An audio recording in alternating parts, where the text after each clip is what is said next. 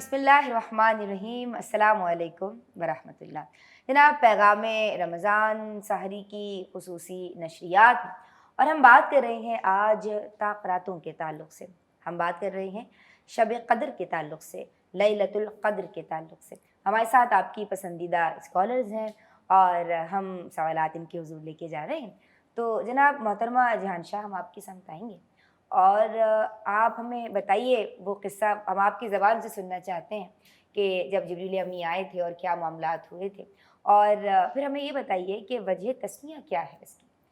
ایک دفعہ کا ذکر ہے کہ جب نبی کریم صلی اللہ علیہ وسلم اپنے پورے صحابہ کرام کے ساتھ بیٹھے ہوئے تھے اور بنی اسرائیل کے کچھ قصص بیان کر رہے تھے، کچھ عابدین کا تذکرہ کر رہے تھے، وہ 4 عابدین کا تذکرہ کر رہے تھے کہ انہوں نے اپنی زندگی میں اتنی عبادت کی کہ کہا یہ گیا کہ طرفۃ عین، یعنی کہ ایک پلک جھپکنے کے وقت کی بھی کوئی اللہ کی نافرمانی نہیں کی انہوں نے۔ جیسا کہ بتایا آپا نبی کے اس میں اعمار ان کی اتنی لمبی لمبی ہوتی تھی، آدم علیہ السلام کی 1000 سال عمر، نوح علیہ السلام کی 900 سال عمر، اس کے بعد جتنے متواتر انبیاء آ رہے ہیں ان سب کی 120 150، مطلب اسی طرح کی لگ بھگ اتنی ہی 100 سے اوپر ہی ہے۔ اس کے بعد جو ہے موسیٰ علیہ السلام تک تو یہی رہتا ہے، اور عیسیٰ علیہ السلام کی پھر جو ہے وہ 40، کیونکہ اللہ تعالیٰ نے ان کو رفع کر لیا۔ تو اس پر جو ہے وہ صحابہ کرام، کیونکہ وہی والی بات میں پھر سے بولوں گی کہ ان کو تو آگے سے آگے بڑھنے کا شوق، اور ان کے اندر جو ایک سارعوا الی مغفرۃ من ربکم، تو وہ تو پریشان ہو گئے کہ بھئی ہماری عمریں تو اتنی زیادہ ہیں ہی نہیں، اس دور میں تو اعمار اتنی ہے ہی نہیں، اور وہ اپنے آپ میں پریشان ہو گئے۔ تو جبریل امین علیہ السلام جو ہے وہ نبی کریم صلی اللہ علیہ وسلم کے پاس تشریف لاتے ہیں اور ان سے بولتے ہیں کہ آپ کے صحابہ کرام کیوں پریشان ہیں؟ ان کو تو پریشان ہونے کی کوئی ضرورت نہیں ہے، اور اللہ تعالیٰ نے یہ آیت دے کر مجھے بھیجا ہے جس میں یہ کہا ہے لیلۃ خیر من الف شہر، کہ 1000 مہینوں سے بہتر ایک رات دے دی ہے تم لوگوں کو پریشان ہونے کی کوئی ضرورت ہی نہیں ہے۔ اس میں عبادات کر لو، اس میں اللہ تعالیٰ کو راضی کر لو۔ اسی طریقے سے اور ایک اور بنی اسرائیل کا قصہ یوں آ جاتا ہے کہ اس میں بھی یہی تھا کہ مطلب وہ اسی طرح سے لگ بھگ وہی چیز ہے کہ وہ اسی وجہ سے پریشان ہو گئے، اور اس میں یہ ہے کہ نبی کریم خود بھی پریشان ہو گئے، تو اللہ تعالیٰ نے ان کی دل جوئی کرنے کے لیے بھی اللہ تعالیٰ نے یہ ان کو بتایا کہ آپ کی امت کو جو ہے وہ میں نے یہ عطا کیا ہے، اور یہ جو لیلۃ القدر ہے صرف امت محمدیہ کو ہی عطا کیا گیا ہے۔ تو لیلۃ القدر کی وجہ تسمیہ کے اوپر آ جاتے ہیں کہ اس کی وجہ تسمیہ کیا ہے، اس کے معانی کیا ہیں۔ اس کی معانی جیسے کہ میں نے آپ کو بتا دیا کہ لیلہ رات، اور قدر جو ہے وہ قدر و قیمت رکھنے والی کسی چیز کو کہتے ہیں۔ اب یہ کیا ہے کہ یہ رات ایک تو اپنے آپ میں قدر و قیمت رکھنے والی، اس میں عبادات کر کے آپ اپنی قدر و قیمت اللہ کے نزدیک بڑھا سکتے ہیں۔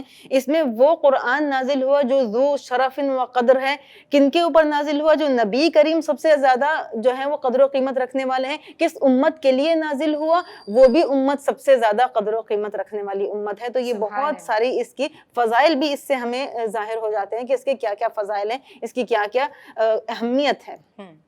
ٹھیک ہے جناب، ہم آپ کی سمت آئیں گے اور بات ہو رہی ہے لیلۃ القدر کے تعلق سے۔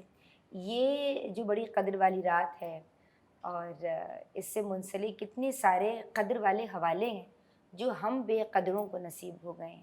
اب ضرورت اس امر کی ہے کہ ان حوالوں کو جاننے کے بعد اس کی قدر میں اضافہ ہو جائے اور ہر بہن اس کی قدر کو سمجھے۔ مجھے یہ بتائیے کہ یہ 5 راتیں جو اللہ تبارک و تعالیٰ نے ہمیں عطا کی ہیں، 21ویں شب ہے آخری عشرے کی ماشاءاللہ، پھر 23ویں شب ہے، پھر 25ویں شب ہے، پھر 27ویں شب ہے، اور پھر 29ویں شب ہے۔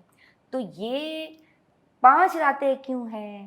اور جمہور علماء کے نزدیک 27ویں شب قدر ہے، لیکن اس پہ سب کا اتفاق بھی نہیں ہے، تو سب میں ہی تلاش کرنا چاہیے، یعنی کوئی ایک شب ہو سکتی ہے، کبھی 21ویں بھی ہو سکتی ہے، کبھی 23rd ہو سکتی ہے۔ تو آپ کیا سمجھائیں گی اس میں کیا خاص حکمت ہے کہ 5 راتوں میں شب قدر کو تلاش کرنا؟ ندا، اللہ رب العزت کو قیام کرنے والے اپنے بندے بہت پسند ہیں، اور جو رات کا قیام ہے وہ اللہ کو بڑا محبوب ہے۔ اللہ نے ایک آسانی کر دی بندوں کو کہ 5 راتوں میں تلاش کرو۔ اللہ رب العزت یہ بھی فرما سکتے تھے کہ بھئی یہ ایک رات ہے، اس میں عبادت کر لو، لیکن یہ 5 راتیں میرے رب نے کیوں دی؟ ایک تو میں نے بتایا کہ قیام میرے رب کو بہت پسند ہے، دوسرے یہ کہ فرض کرو اگر کسی شخص سے پتہ ہوتا کہ ہاں شب قدر یہی رات ہے اور وہ مس ہو جاتی، تو پھر وہ کس غم اور تکلیف کا شکار ہو جاتا اگلے سال کے رمضان آنے تک.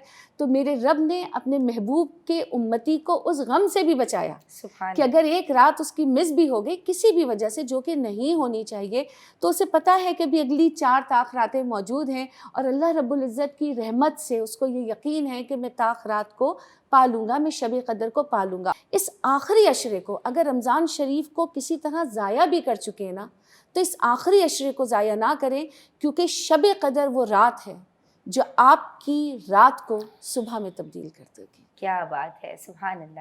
اور یہ ایک رات 1000 مہینوں سے بہتر ہے. بے شک. تو آپ حساب لگا لیجیے, اگر آپ خیرات بھی کرتے ہیں تو آپ اس کو کئی مطلب 83 ایئرز اور 4 منتھس کا آپ کو ثواب ملتا ہے. تو اتنا جو ہے آپ کو اس کا اجر مل جائے گا. تقریباً یہ 83-84 سال کا یا 83 to 84 ایئرز کا عرصہ بنتا ہے. تو جناب اللہ کی رحمتیں تو چھما چھم برس رہی ہیں. اب ضرورت اس عمر کی ہے کہ اللہ سے تعلق جوڑا جائے, اور یہ جو رحمتوں کی برسات ہو رہی ہے, یہ جو بخشش و مغفرت کی آفرز اللہ تبارک و تعالیٰ دے رہا ہے, تو اب بھی اگر ہم محروم رہ جاتے ہیں تو پھر کمی, کوتاہی اور غفلت ہماری ہی جانب سے ہے. وہ تو غفور الرحیم ہے, وہ تو بہت مہربان ہے. جناب آپ ہمیں info@iqra.tv پہ ای میل کر سکتے ہیں. ہمیں انتظار رہے گا آپ کی رائے کا. اس وقت ایک بریک لے رہے ہیں, درود پڑھیے, حاضر ہوتے ہیں. اللہ حافظ.